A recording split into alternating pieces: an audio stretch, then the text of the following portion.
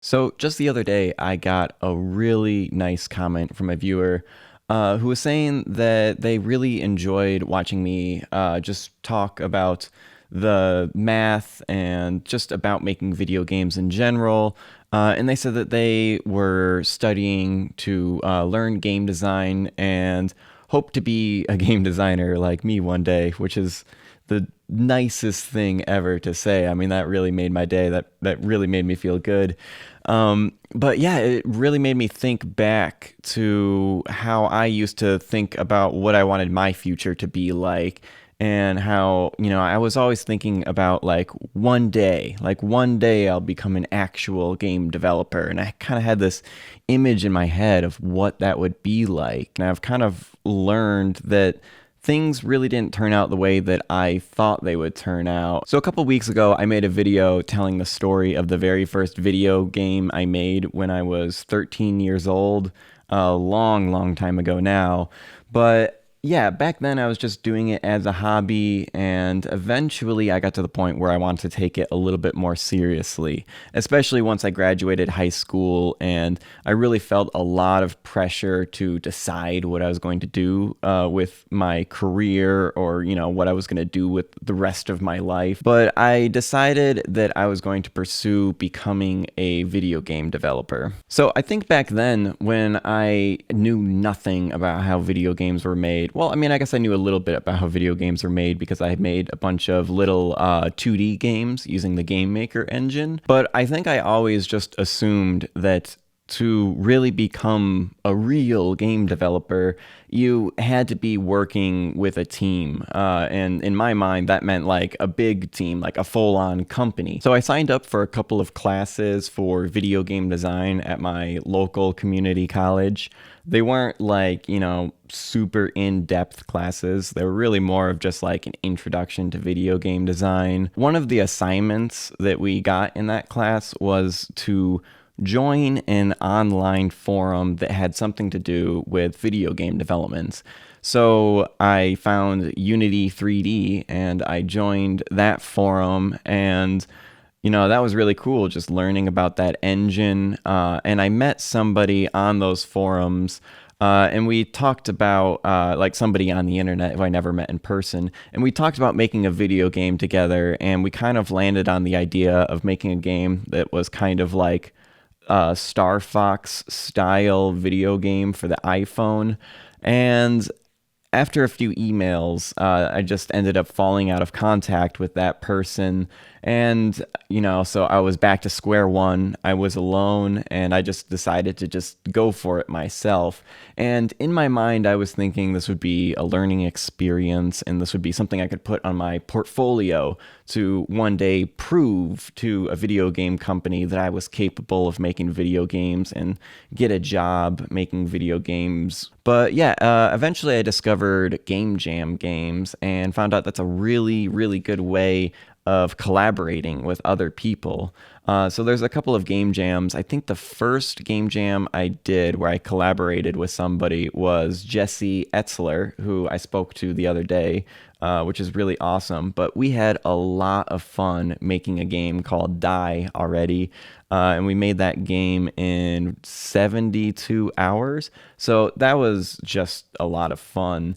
I remember it was very different working with somebody else. I mean, he was super determined. I remember after, it was like the first or second day that we were working, it got to the point where I was like, okay, I need to go to sleep.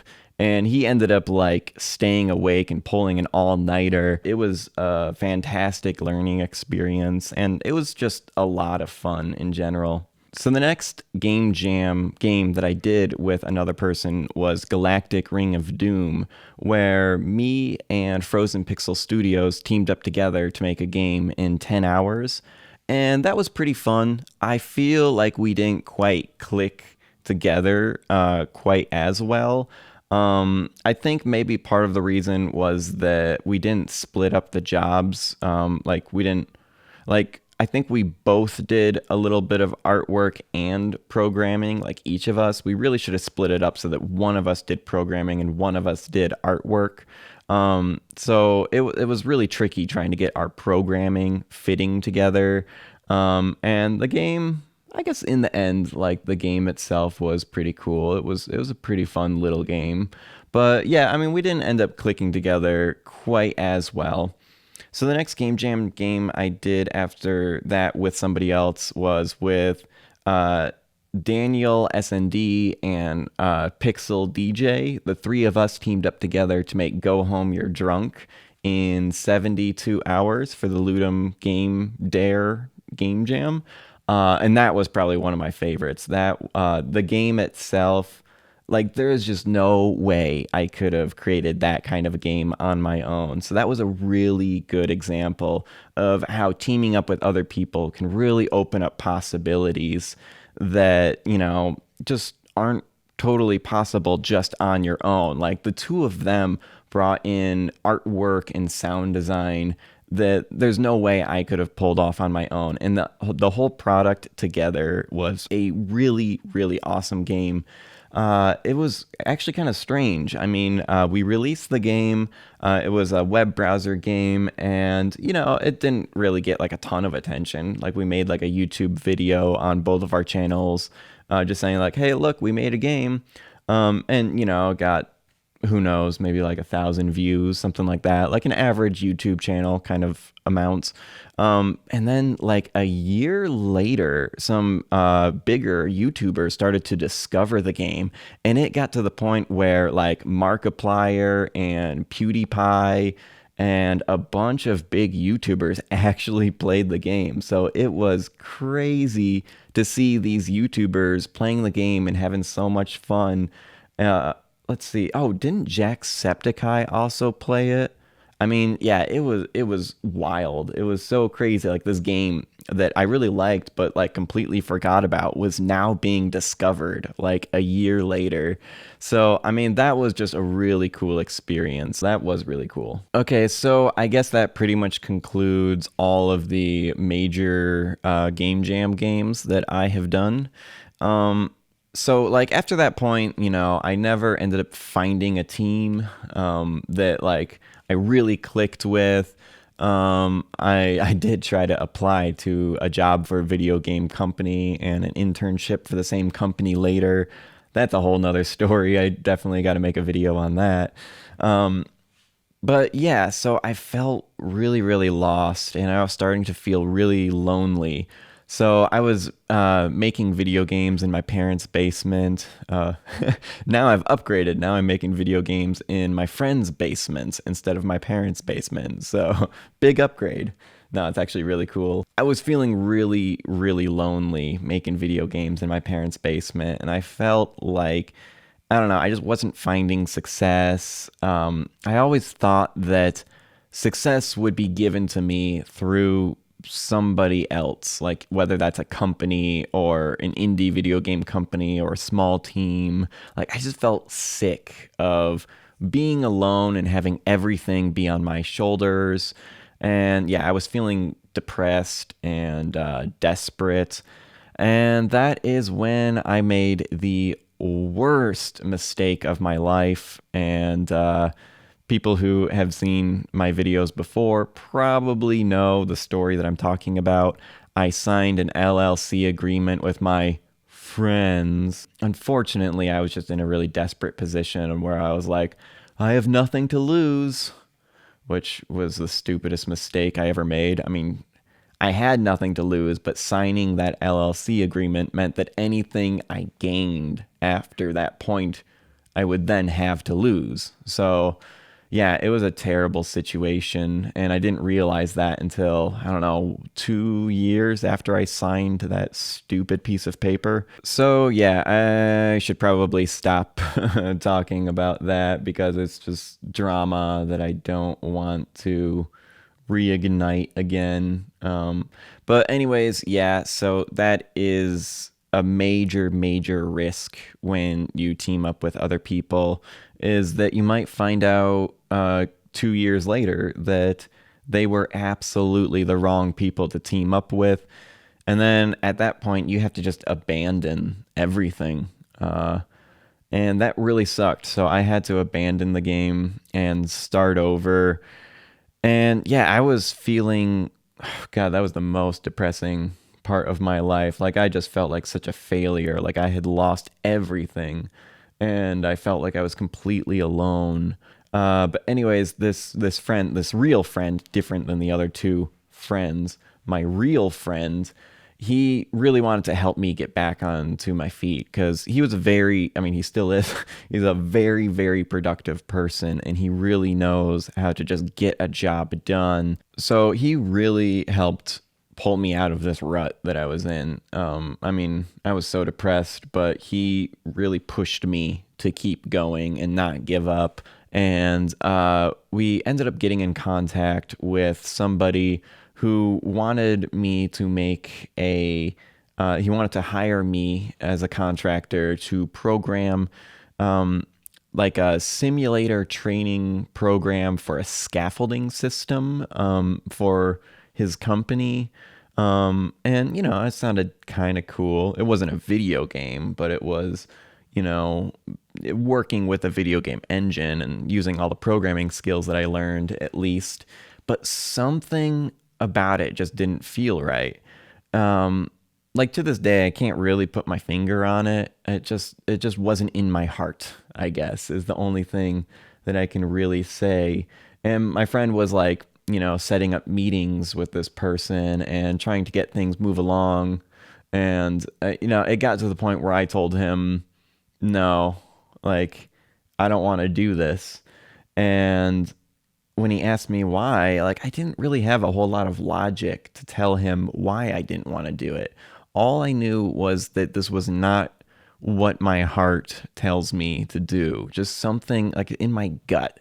I just knew that that wasn't the path that I wanted to take. So yeah, we ended up having a huge argument over it because he's a very logical person and, very driven. And, I guess he has a different definition of success than me, or at least different life goals than me. So he didn't understand my feelings. And it caused this big argument. And it got to the point where he was just like, I give up. I can't help you. If this is the decision you're going to make, then I can't help you, and you got to just do this on your own. And like that felt really bad. He was basically just trying to push me along and just trying to help me as a friend. But yeah, I mean that like split apart. We're still really, really good friends. Absolutely, I love the guy. He's one of my best friends in the world. But yeah, we ended up splitting apart like within video game development, and we stopped working together, and I was back to being completely on my own. And I don't know, I had weird feelings at this point. Like I didn't feel like I didn't have that desire anymore to work with anybody else. Like I guess at that point I was like determined. I was like, I have to make this happen. Like I've lost everything. I have to make a comeback, and I have to do it on my own. So that was when I really started to follow my heart, basically. And that's when I discovered VR, being able to like walk around the room and to actually have hands.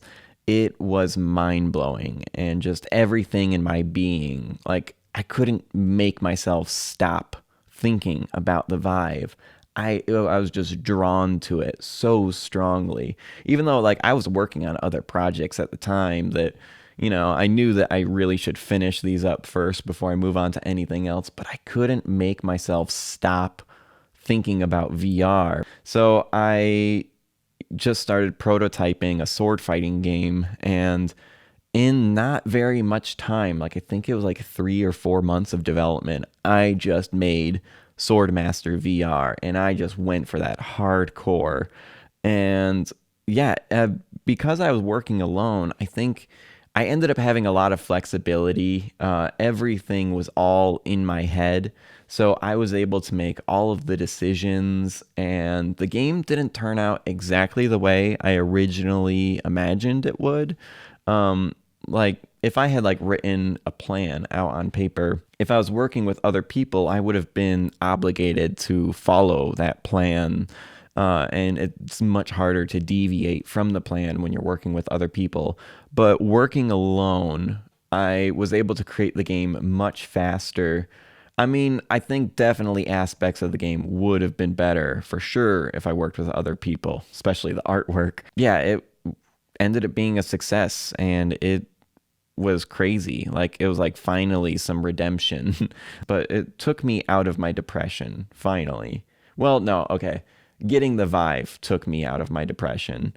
I was feeling so bad about myself, but like focusing all of my energy into VR, like I forgot about everything and I was just in my happy place again. Like it felt like being a kid again when I discovered making video games for the very first time.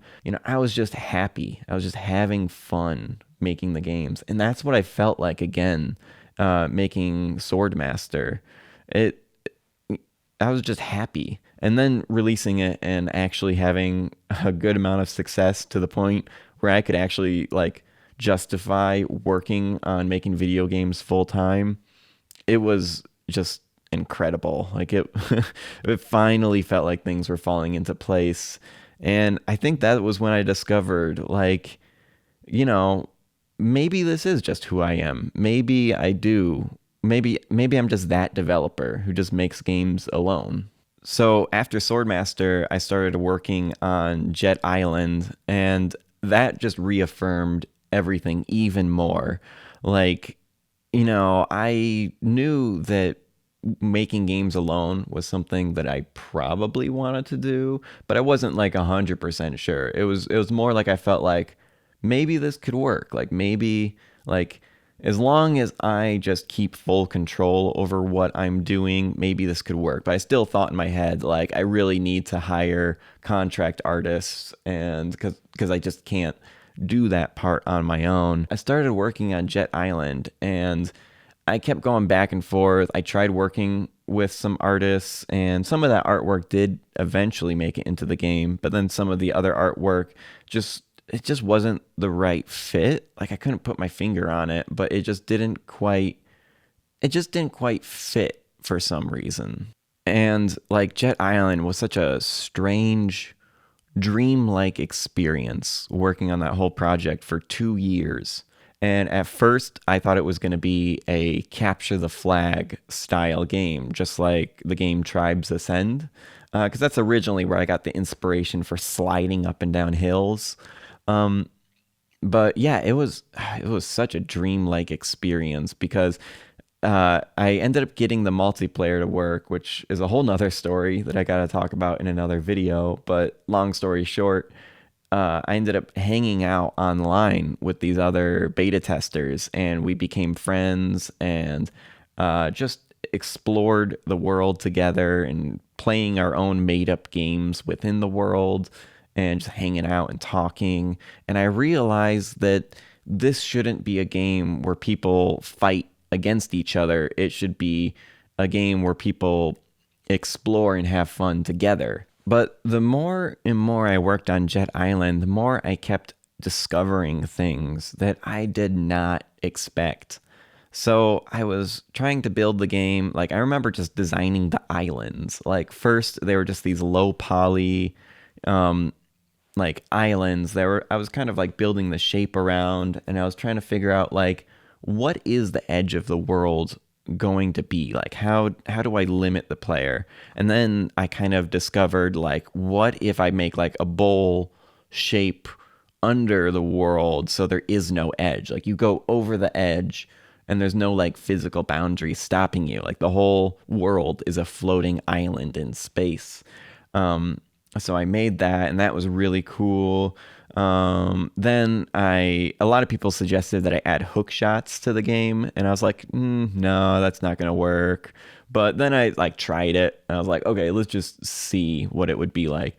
And it ended up working so good, and I was like, okay, I definitely got to make hook shots a big part of this game because it's so much fun and it adds so much to the game. So yeah, just one thing after another. There were so many unexpected things. And there was never a time, I don't think, where I created like a full on game design document for Jet Island. Like normally you're supposed to, like, I don't know, I guess it's maybe like a recommended thing that you decide what the game is going to be before you start working on it, so you can have like an overall vision of what the game is going to be. And I did not do that for Jet Island. And if I was working with a team, I think they would have hated me for it. Like I would have like started off saying, okay, this is going to be a capture the flag game. It's going to take 6 months to make. And then all of a sudden I change my mind and I start making the game this way. Like if I was working with a team, I would have been driving my team insane because I was all over the place. And I was just like, I felt more like I was discovering a world more than creating it. And I ended up taking like a lot of time off, like the whole summer. Like I went fishing like every day and I just became obsessed with fishing. And once again, like if I was working with a team, I would have driven them insane because they would have been like, Eric, where are you? Like, why aren't you getting back to our emails? But since I was working alone, that was okay. Like it was just weight on my shoulders. Like I knew that I should be working instead of fishing. But I don't know. I was just doing kind of what my heart told me to do. And I was feeling really stressed out. Like I was like, I know that I need to do something about Jet Island, but I don't know what. And one day I realized that I was holding myself back, and I knew in my heart that giant boss fights would be really cool in the game. And one day I just decided, screw it. I'm going to go for it. I'm going to do that. And it was the best decision ever. It was hard, and it was completely not in the original plan whatsoever, but I was like, I'm going to do it. And then after that point, it took like a whole nother year for me to finish the game into a full beginning to end playable game. And yeah, I mean, that's just kind of the story of Jet Island. Like it just kept evolving in strange ways that I didn't expect, and I might have not have been open to if I was working with other people. I mean, even just the artwork of the game, like the artwork and the gameplay completely went hand in hand. So just everything was inside my head. And like, I don't know, like I tried to imagine what the artwork was going to be from a standpoint that I could describe it to somebody else and have somebody else make it, but that just didn't work. I really knew for sure in my head what it needed to be. So I decided to just create it myself. And that was a lot of work. It took so long to make this giant island filled with things to explore and skate on. But it ended up being worth it. Even though it was rough around the edges, I think the game ended up being better for it. It definitely, the way the artwork and the gameplay were completely hand in hand, I think it ended up making for a better game. So yeah, I think my previous two games made me realize that that's just the best fit for me, is working alone, because making video games, and especially making VR video games, it's such a dream-like experience. And having everything in my head and in my imagination and figuring out how I'm going to make that all come together, it just, I don't know if it's the best fit for everyone, but it's definitely the best fit for me. So yeah, it's been a pretty crazy journey. Like it's really weird to think about how many years I spent desperate to work with other people and thinking that that was what's going to make my career, and that was what was going to finally give me success and change my life. Like I was waiting for somebody else to take me into the video game industry. Like I never felt like I was a part of the video game industry, and I always thought that working with a team or a company would be the door that I would need to go through in order to truly be a video game developer. But now, like, it's weird thinking back. Like now, like my day-to-day life when I'm working on video games is the same way that it was before I had my first successful video game that allowed me to move out of my parents' basement. Um, like, besides moving out of my parents' basement, my life is pretty much the same. Well, I mean, a lot of amazing people have wrote reviews on my latest games and have, told me how much they enjoyed it. So that's a huge confidence boost. That just makes me feel really, really good. So thank you so much for all your feedback on my games. Like, it seriously makes me so, so happy to be able to share my imagination with you. I didn't know if people were going to get it. Like, I was really, really afraid that people weren't going to get it, but it's so cool that people get it. Like, it's so cool that I've been able to share my dreams with you, like my imagination world. Like, I was able to create that in a virtual world and take you into that virtual world with me. It's so cool. So cool. But yeah, I mean, yeah, that feels really awesome. It feels really awesome to have moved out of my parents' basement and to be a real game developer now. But like, if I really analyze it and think about what my day-to-day life is like and what I enjoy doing, I feel like things haven't actually changed. Like, I kind of wish I could go back in time and tell myself, like, you are a game developer. Like, it's not like this far off magical thing that's going to happen one day. Like, so as soon as you write a little bit of code and hit that export game button on the computer and you give it to somebody else and they play it, you're a game developer. And I wish I could go back in time and tell myself that. So, yeah, I guess it's kind of come back to the beginning. I'm just making fun stuff on the computer, just having fun writing code. And yeah, it's cool. Nobody else needs to give success to me. Like, it's not going to come from other people. It comes from within. That sounds super cliche, but I think it's true. Yeah, I don't know. I think I've rambled on long enough in this video. So until my next video, I will see you later and keep making games.